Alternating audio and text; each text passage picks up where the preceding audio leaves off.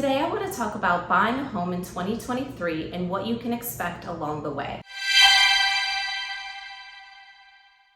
The real estate market and mortgage side of things are constantly evolving, and this year more than ever, it is important to really know what to expect when it comes to getting prepared to buy a home. First steps. Most people begin the process by starting to look at homes maybe on the internet or talking with an agent. But really, the true best step in being prepared is talking with a lender. There is no one size fits all when it comes to mortgage banking, so chatting with a lender and having that initial conversation is really the best way to get prepared. When to do that can really depend on your situation. Some people are ready to buy right away. Sometimes there's some work to do. The earlier on we can have those conversations, the better. What does that conversation entail when you speak with a lender? We are going to gather some information regarding your income, your employment, how long you've been with your employer, determining what your price point is and budget. We're also going to talk about what kind of savings you have, and then we're going to take a look at your credit. Now, as I mentioned, no one size fits all. So when we look at these aspects, we're going to determine, what work we need to do and if you're ready to buy right away. No one, in my opinion, is ever denied. It's all about when you can buy and putting that plan in place. Once we have a good idea of what your credit looks like, income and savings, we can then tailor the program to determine what your budget looks like. Just like most things, when you look on the internet, some of the information, of course, is not going to be accurate. If you view a home on Zillow or Trulia or Realtor.com, that mortgage payment is typically missing a big piece of the puzzle. Talking with a lender to not only get pre-approved, but determine what your monthly payment is going to look like at certain price points is really, truly important. Once we have that initial conversation, we're going to determine what we can pre-qualify you for, or we're going to give you some feedback on some work you need to do. Now, when it comes to credit, helping improve credit and giving you advice free of charge is something that I'm super passionate about. I really feel that we as consumers are not educated enough when it comes to credit, so giving you that feedback rather than turning you over to a credit repair company that is going to charge you is really something that I try to help with. We do go down to a 580 credit score, so it's pretty aggressive now in the mortgage lending side of things, so you do not need to feel like you have to have perfect credit to qualify. When it comes to employment, a lot of people think you need to be on your job for 2 full years, but there are exceptions to that rule. So again, no one size fits all when it comes to mortgages. Now, determining who you work with as far as your loan officer. My recommendation is working to find someone who you truly feel is a real pro in the industry. Your loan officer is going to be speaking with the seller's agent, and you want to make sure that they are confident, experienced, and representing you with top-notch service. And that typically means being available weekends, evenings, and really expressing how well qualified and how thoroughly they have approved you. Once we've pre-qualified you, the next step is that we would request a set of income documents to make sure that there are no hurdles that we're going to find along the way once we get you into underwriting. Typically, what that entails is obtaining your W-2s, tax returns, 30 days of pay stubs, and bank or asset statements. Once we've reviewed those, we can then issue what's called a pre-approval or commitment. And what that means to the sellers is that we've gone through your W-2s, we've gone through your tax returns, and there's no hurdles or job gaps or things that we would find down the road that may make it so that we can't approve you and therefore settle on the home that they have listed. That seller's agent is going to be vetting us as a lender, so you want to make sure you're working with someone experienced that's going to sell you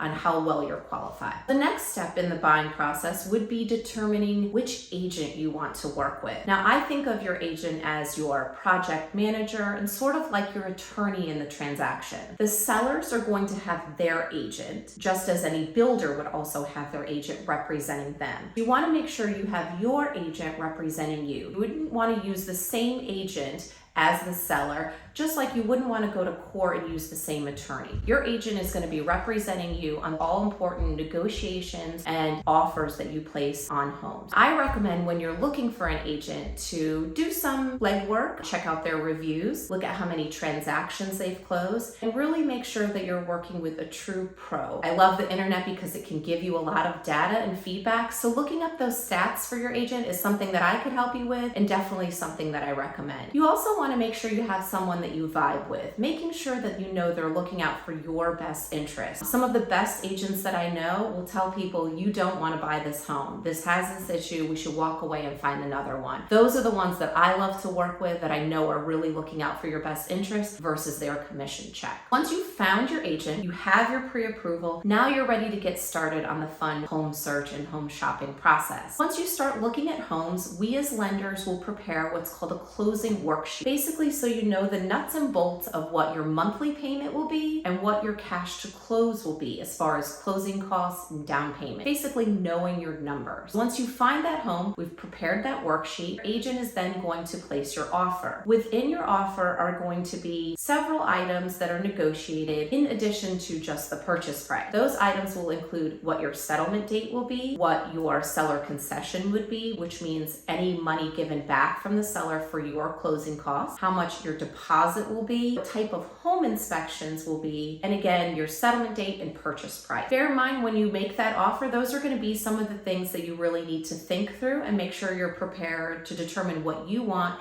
and negotiate with the seller for what they want. Sometimes meeting in the middle can really be huge. As I mentioned, 2023 is a really different market, and every market is very specific. So every neighborhood can bear a different type of competitiveness and determine how your offer needs to be structured. Chatting with your agent about those market expectations for where you're looking at homes is key. Some areas may dictate that you're going to be competing with offers where there is no home inspection, or that if there is a home inspection, you're not going to be able to ask for many items to be repaired. They're just going to move on to another offer if that's the case. Thinking through, are you willing to purchase in that area, in that market, knowing what the market dictates is really huge. So that's where I say getting prepared mentally for this market is huge. What kind of items are you going to be able to really request? A good agent is going to know the market and know most likely what the sellers will be willing to accept. They're also going to know where your offer range will be. So the list price does not always dictate what your offer may need to be. That is just what it was simply listed at. If there are multiple offers, going above list is something that's pretty common in the current market conditions, especially in certain neighborhoods with a lack of inventory. Chat with your agent about what your offer is going to need to dictate so that you can win your contract.